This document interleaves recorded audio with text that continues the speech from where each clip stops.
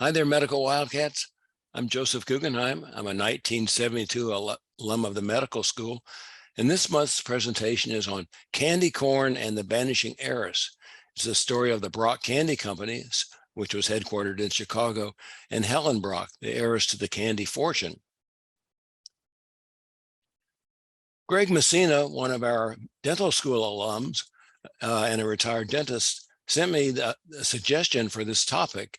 And I welcome any suggestions for future topics. So if you have any, please send them to your Medical Alumni Association, and I'll be happy to look at them. Chicago was a major center for candy making in the early 20th century. The immigrants, especially the Germans, brought their candy making skills with them, and Chicago was a hub for the railroads, making it easy access to key ingredients like milk, sugar, and corn syrup. The Germans were noted for their skill at candy making, and the pavilion for Germany at the 1893 Columbian Exposition highlighted their skills and their equipment. Emil Brach was one of those Germans who made it big in the candy industry. He was an immigrant. He was born in Germany in 1859. The family moved to Burlington, Iowa with his family at age 7. This is not a rags to riches story. Emil's father was a blacksmith, which was a very lucrative business in an agricultural center with the railroad hub. Emil worked in a factory making trunks at age 12. He worked as a janitor to pay his way through business school. And he managed a general store in Fairfield, Iowa at age 18. He moved to Chicago in 1881 at age 22 to pursue factory work. He began working in the confection industry with a company called Bunter Brothers and Spoor. He left that company and teamed up with Jacob Drybus, and they started their own candy company in 1896. The company failed in 1908, but Emil got out before the company went bust. He took his last $1,000, which in today's terms is about $33,000, and invested it in a sweet shop in the Lincoln Park area in 1904. And he worked with his sons, Edwin and Frank. They opened the Brach's Palace of Sweets on North Avenue, just east of Halstead. 2 State Street department stores ordered 1,350 pounds of caramels. It took the family 4 days to make and package this order. So the Brachs quickly realized they were outgrowing their little store. Emil worked with Edwin, his older son, and younger son, Frank.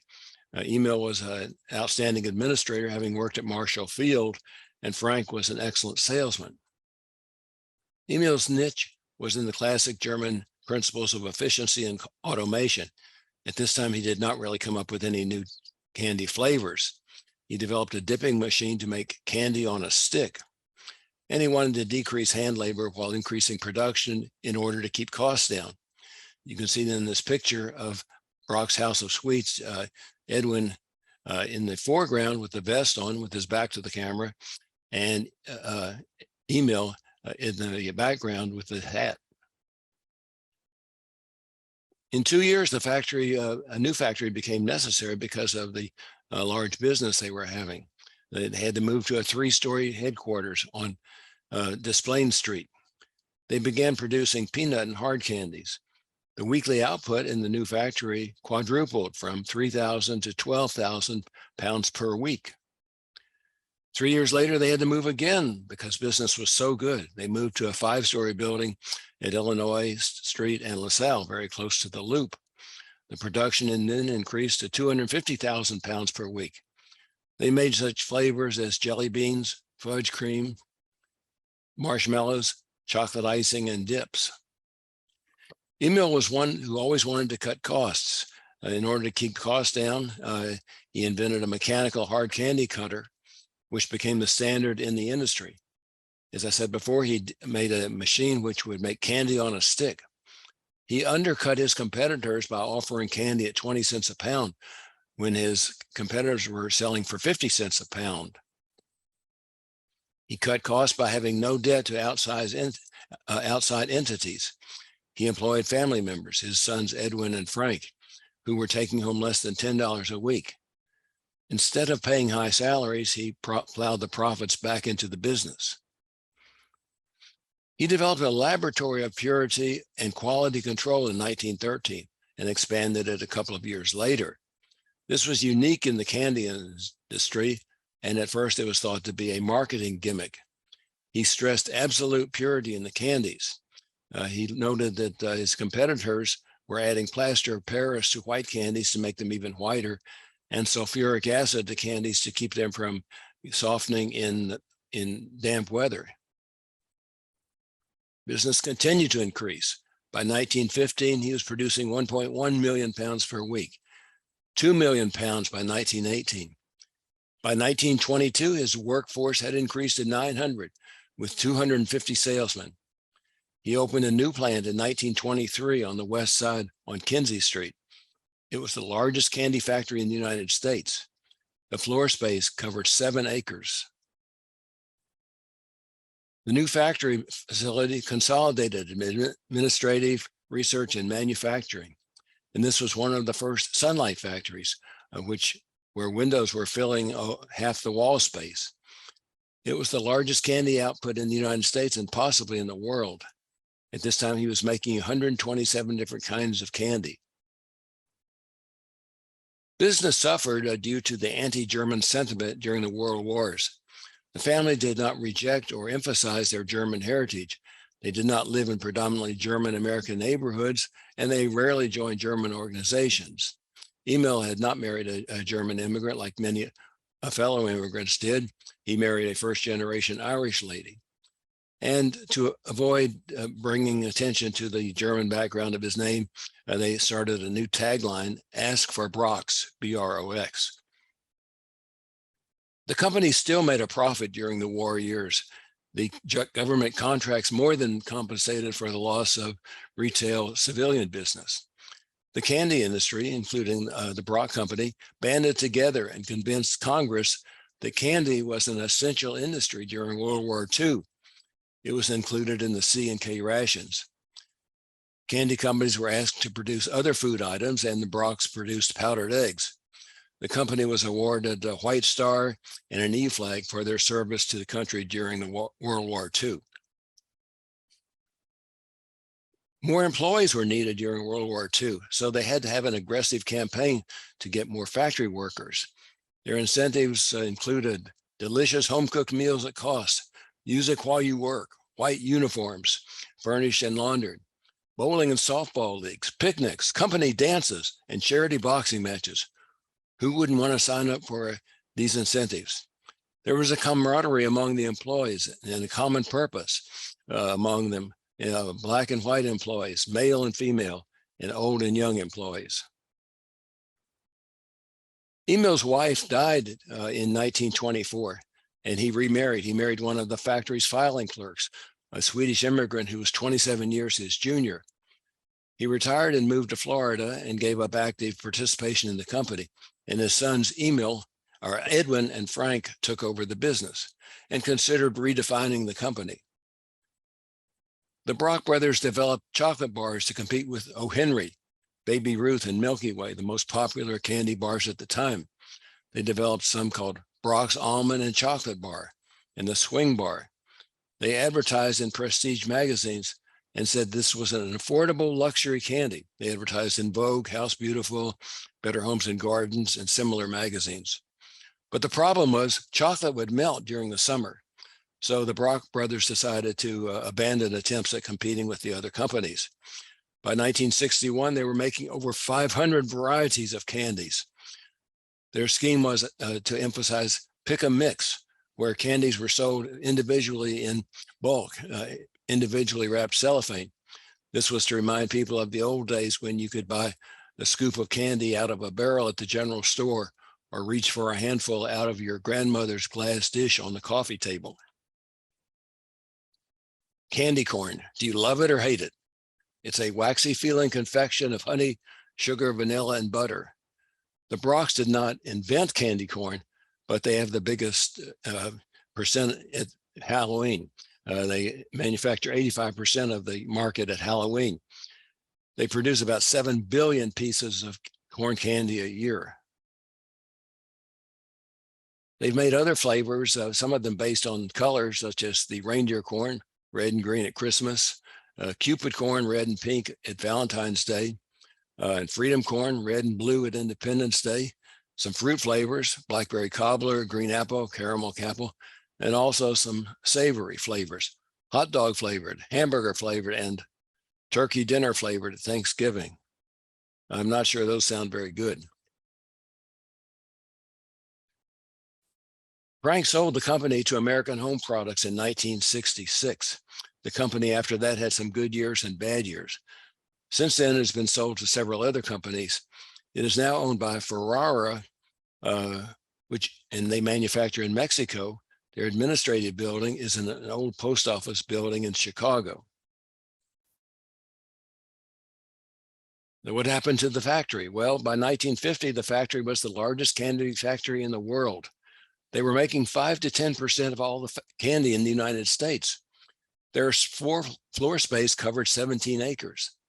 The buildings were designated by letters, alphabetical letters from A down to R and S. The Chicago factory was closed in 2003. And as I mentioned, factory manufacturing was then done in Mexico. The abandoned factory was used as Gotham General Hospital in the Batman movie, The Dark Knight.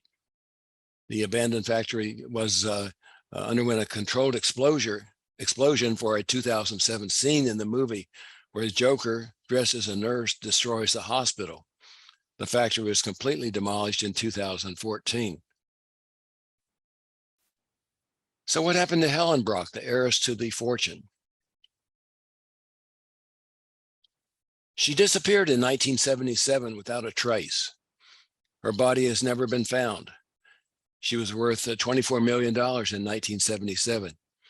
Her disappearance has been subject to books, television shows, and inspired a Law and Order episode in 1996 called Corpus Delicti, which is a legal term meaning nobody can be convicted of a crime if there is no proof that the crime ever occurred.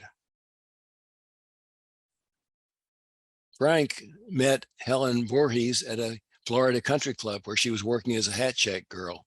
The couple married in 1950. This was her second marriage, Frank's third marriage.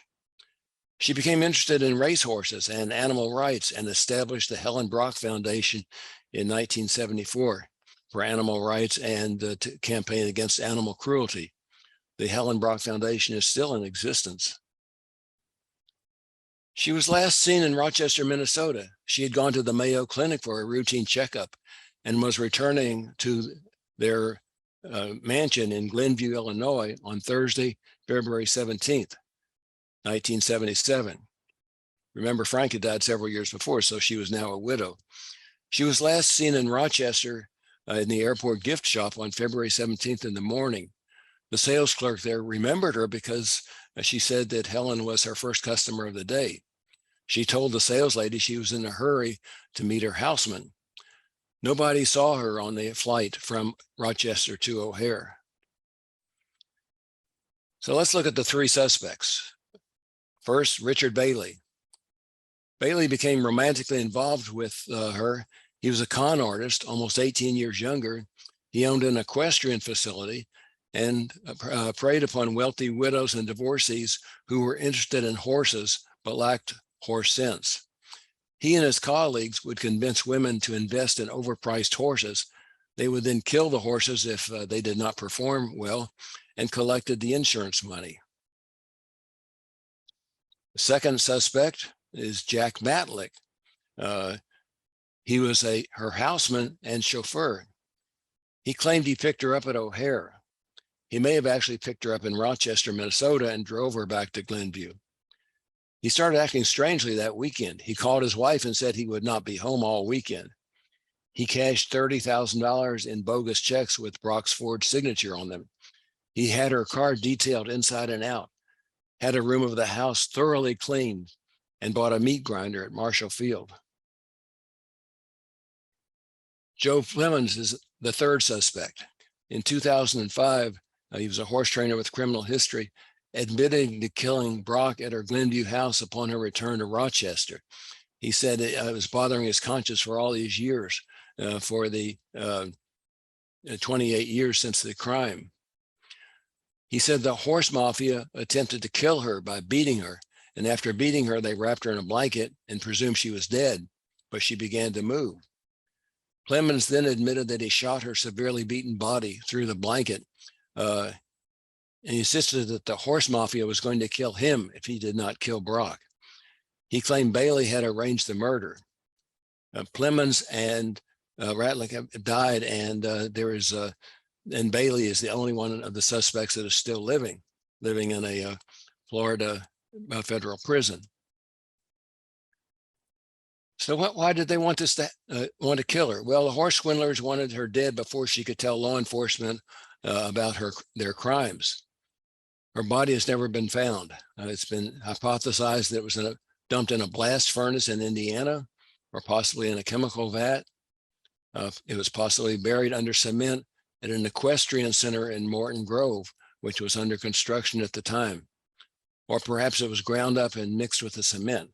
Remember the meat grinder that was purchased from Marshall Field.